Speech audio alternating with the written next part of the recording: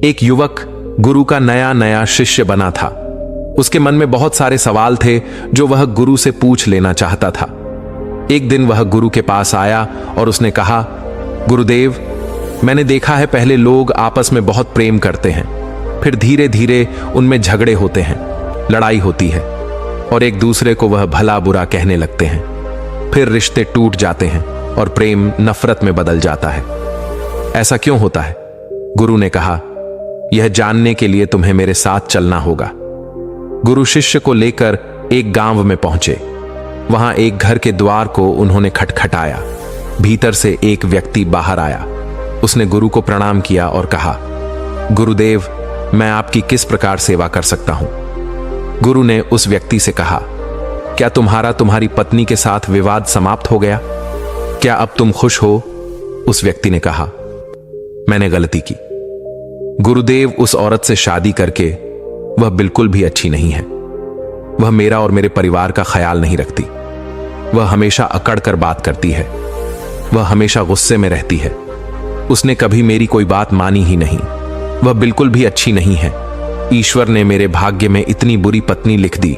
अब वह मुझे छोड़कर घर चली गई है और अब मैं चाहता हूं कि वह वहीं रहे और कभी मेरे जीवन में ना आए। गुरु ने अपने शिष्य से कहा, देखा तुमने, यही मनुष्य का स्वभाव है। हर मनुष्य के अंदर अच्छाई और बुराई दोनों होती है, परंतु मनुष्य केवल बुराई को ही याद रखता है, अच्छाई को नहीं। और जब वह किसी की बुराई करने पर आता है तो वह शुरू से लेकर आखिर तक सब कुछ बुरा ही देखता है और बोलता है। और जब वह अपने मन में सब कुछ बुरा ही बैठा लेता है, तब वह यह आशा करता है कि इसके जीवन में सब अच्छा हो। बुराई से जीवन में अच्छाई कैसे पनप सकती है? अच्छाई लाने के लिए, जीवन में सुख और शांति लाने के लिए हमें अच्छाई को तो देखना ही होगा, पर यह काम कोई नहीं करता। उस व्यक्ति ने कहा, गुरुदेव, आप यह क्या कह रहे हैं? अगर कोई बुरा है तो उसमें बुराई तो दिखाई देगी ही। मेरी पत्नी बुरी है तो मैं उसमें बुराई ही देखूंगा। उसने आज तक ऐसा कोई काम नहीं किया जिससे मैं खुश हो सकूं। गुरु ने कहा, क्या तुमने कोई ऐसा कार्य किया जिससे तुम्हारी पत्नी खुश हो सके? उस व्यक्ति ने कहा, उसने कभी मुझे ऐसा कोई मौका नहीं दिया गुरुदेव कि मैं उसके लिए कुछ कर सकूं। गुरु ने कहा, चलो तुम ये सारी बुराइयां छोड़ दो, भूल जाओ। अपनी पत्नी की कोई एक अच्छाई याद करो और मुझे बताओ। उस व्यक्ति ने कहा, एक बार मेरी मां बहुत बीमार हुई थी, तब उसने उनकी बहुत सेवा की थी। उस समय उसने दिन रात का भी ध्यान नहीं रखा था। गुरु ने कहा, क्या इसके अलावा तुम्हें कोई और अच्छाई याद आ रही है? उस व्यक्ति ने कहा, हाँ, वह हमेशा समय पर उठती थी और वह मेरे माता पिता और मेरे खाने का बहुत ख्याल रखती थी। एक बार जब मैं बहुत बीमार हो गया था, तब वह रात भर जाग जाग कर मुझे दवाई दिया करती थी। वह बहुत मेहनती थी और उसे कोई तकलीफ भी होती थी तो वह मुझे बताती नहीं थी। वह हमेशा इसी प्रयास में लगी रहती थी कि मैं खुश रह सकूं। ये कहते कहते उस व्यक्ति के आंखों से आंसू आ गए और उसने कहा, गुरुदेव, मुझे ये क्या हो गया? मेरी पत्नी में कमियां हैं पर वह बुरी नहीं है। मैं उसकी अच्छाइयों को देख नहीं पाया। गुरु ने कहा, जब हम किसी की बुराई देखते हैं तो बुराई बुराई को खींचती है और वह सब कुछ बुरा दिखाती है और देखती है। आपके जीवन में सब कुछ बुरा होने लगता है, पर जब आप किसी की अच्छाई देखते हैं तब अच्छाई अच्छाई को खींचती है और आपके साथ सब कुछ अच्छा होने लगता है। वह व्यक्ति गुरु को प्रणाम करके अपनी पत्नी को लेने के लिए वहां से चला गया। गुरु ने शिष्य से कहा, क्या तुम समझे कि रिश्ते क्यों टूट जाते हैं? प्रेम नफरत में क्यों बदल जाता है? जब मन में नफरत हो तो उसमें प्रेम नहीं रह सकता, और जहां प्रेम हो वहां नफरत नहीं रह सकती। हम अपने मन में क्या रखना चाहते हैं, यह हम पर ही निर्भर करता है। शिष्य ने गुरु से कहा, गुरुदेव, मैं आपकी बात बहुत अच्छी तरह से समझ गया हूं। मेरा एक और प्रश्न है, क्या आप मुझे इसका उत्तर देंगे? गुरु ने कहा, अवश्य, तुम पूछ सकते हो। शिष्य ने कहा, गुरुदेव, इस दुनिया में सबसे मुश्किल कार्य क्या है? गुरु ने कहा, इस दुनिया का सबसे मुश्किल कार्य एकांतवास में रहना है। शिष्य ने कहा, इसमें मुश्किल क्या है? एकांत में तो कोई भी रह सकता है। गुरु मुस्कुराए और कहा, अगर यह बहुत आसान कार्य है तो क्या तुम 30 दिन के लिए एकांतवास में रह सकते हो? तुम्हें 30 दिन के लिए कहीं नहीं जाना, एक गुफा में रहना है। तुम बाहर किसी भी व्यक्ति से संपर्क नहीं करोगे, ना ही गुफा के भीतर किसी तरह के कार्य में व्यस्त रहोगे, सिर्फ शांत और एकांत रहोगे। क्या तुम कर सकोगे? शिष्य ने कहा, लेकिन गुरुदेव, यह करके क्या होगा? इससे क्या मिलेगा?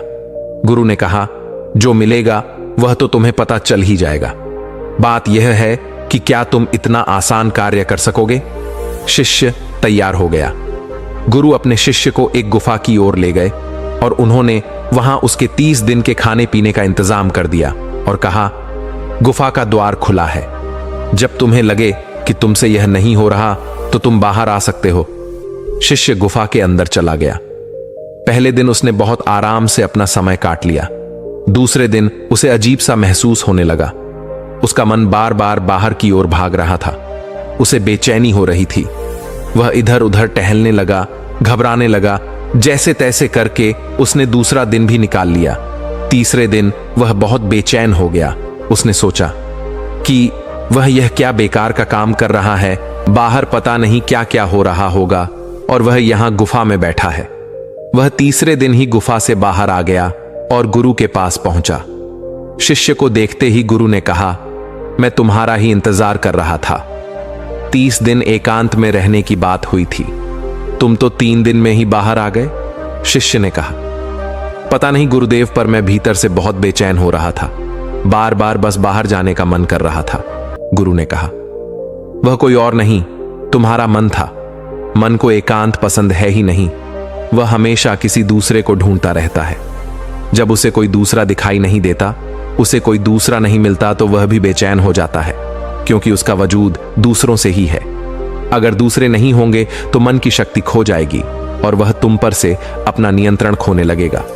इसीलिए वह जल्द से जल्द तुम्हें बाहर की ओर ले जाना चाहता था और तुम बाहर आ गए। शिष्य ने कहा, गुरुदेव, आप सत्य कहते हैं। एकांतवास करना दुनिया का बहुत ही मुश्किल कार्य है। गुरु ने कहा, तुमने यह नहीं पूछा कि इस दुनिया का सबसे आसान कार्य क्या है? शिष्य ने कहा, गुरुदेव, मेरे मन में यह सवाल भी था, पर मैं पूछ नहीं पाया। गुरु ने कहा, इस दुनिया का सबसे मुश्किल कार्य एकांतवास है, तो इस दुनिया का सबसे आसान कार्य भी एकांतवास ही है। शिष्य ने कहा, आप यह क्या कह रहे हैं गुरुदेव? मैं कुछ समझ नहीं पा रहा।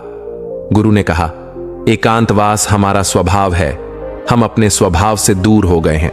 मन के बनाए जाल में हम हमेशा किसी दूसरे को ही ढूंढते रहते हैं और अपने एकांत को खो बैठते हैं।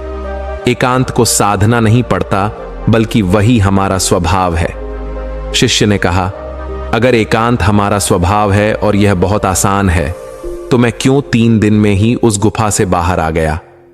क्यों मुझे वहां रहना इतना मुश्किल लगा? क्यों मैं वहां भी बेचैन हो गया? गुरु ने कहा, जब तक एकांत तुम्हारे भीतर से उत्पन्न नहीं होगा, तब तक चाहे तुम किसी गुफा में बंद करके ही क्यों ना रखे जाओ, तुम एकांत में नहीं रहोगे और वह भीड़ तुम्हारे मन के भीतर होगी। गुरु शिष्य को अपने साथ एक नदी के पास ले गए और कहा, इस नदी पर बांध ना हो तो तुम्हें कितना समय लगेगा? क्या तुम उसे आज के आज बांध सकते हो? शिष्य ने कहा, नहीं गुरुदेव, 1 दिन में यह कैसे होगा? इसमें तो बहुत समय लगेगा। धीरे धीरे बांध की तैयारी होगी। उसकी हर समस्या को देखा जाएगा और उससे निपटा जाएगा और धीरे धीरे समय के साथ बांध तैयार होगा। गुरु ने कहा, ठीक कहा तुमने। ठीक इसी प्रकार मन की नदी पर धीरे धीरे बांध बांधा जाता है। 1, 2 या 3 या 4 दिन में नहीं, धीरे धीरे समय लगाकर यह किया जाता है। शिष्य ने कहा, गुरुदेव, मैं आपकी बात समझ गया हूं। मैं भी धीरे धीरे अपने मन पर बांध बांधने की तैयारी करूंगा। शिष्य ने अपनी साधना पर ध्यान दिया। वह धीरे धीरे मन के विरुद्ध खड़ा होने लगा। उसने छोटे छोटे संकल्प लेने शुरू किए। उसने बहुत सारे संकल्पों को पूरा किया। उसका अपने ऊपर नियंत्रण पहले से मजबूत होता जा रहा था। धीरे धीरे उसके छोटे छोटे संकल्प बड़े संकल्पों के रूप में उभरने लगे। फिर एक दिन उसने संकल्प लिया और वह उस गुफा के भीतर चला गया। 30 दिन वह उस गुफा से बाहर नहीं आया। जब 30 दिन गुजर गए तो गुरु को अपने शिष्य की चिंता हुई और वह गुफा के भीतर चले गए। उन्होंने देखा कि उनका शिष्य बिल्कुल शांत होकर एक स्थान पर ध्यान में बैठा हुआ है। गुरु को देखते ही शिष्य खड़ा हो गया और उन्हें प्रणाम कर कहा, गुरुदेव, आप सत्य कहते थे। एकांतवास करना बहुत ही आसान कार्य है। एकांत ही हमारा स्वभाव है और यही हमारी प्रकृति है। इसके लिए कुछ भी करना नहीं होता, यह है बस हमें दिखाई नहीं देता। शिष्य गुरु के साथ उस गुफा से बाहर आ गए। अब आप सोच रहे होंगे कि इस एकांतवास की कहानी का मतलब क्या है। वास्तव में एकांत वह चीज है जो आपको सत्य दिखाता है, जो आपको शांति दिखाता है। आप अपने जीवन में बहुत छोटी छोटी चीजों में उलझे रहते हैं, जो इतनी मामूली है कि जिनके होने या ना होने से कोई फर्क नहीं पड़ता, पर आपके जीवन में वह बहुत मायने रखती है और आपका जीवन उनके चारों ओर घूमता रहता है। आप वहीं के वहीं भटकते रहते हैं। कुछ समय मिला है, बहुत कीमती है, उपयोग कर लो, कुछ सीख लो, कुछ जान लो, कुछ तो जीवन जी लो। सब कुछ जानते हुए भी हम कुछ नहीं जानते। बस यही हमारी विडंबना है और यही हमारी बेहोशी है, और इसी से बाहर निकलने का नाम जागरण है। दोस्तों, आपने आज के इस वीडियो से क्या सीखा वो मुझे आप कमेंट में बता सकते हैं। इसी के साथ में उम्मीद है कि आपको आज की वीडियो पसंद आई होगी, तो इस वीडियो को उस इंसान को शेयर करें जिससे यह कहानी सुनने की जरूरत है, और उसी के ठीक बाद चैनल को सब्सक्राइब करें। तो चलिए फिर मिलते हैं ऐसी एक और नई वीडियो में एक नए मैसेज के साथ। तब तक के लिए अपना ख्याल रखें। धन्यवाद और नमो बुद्धाय।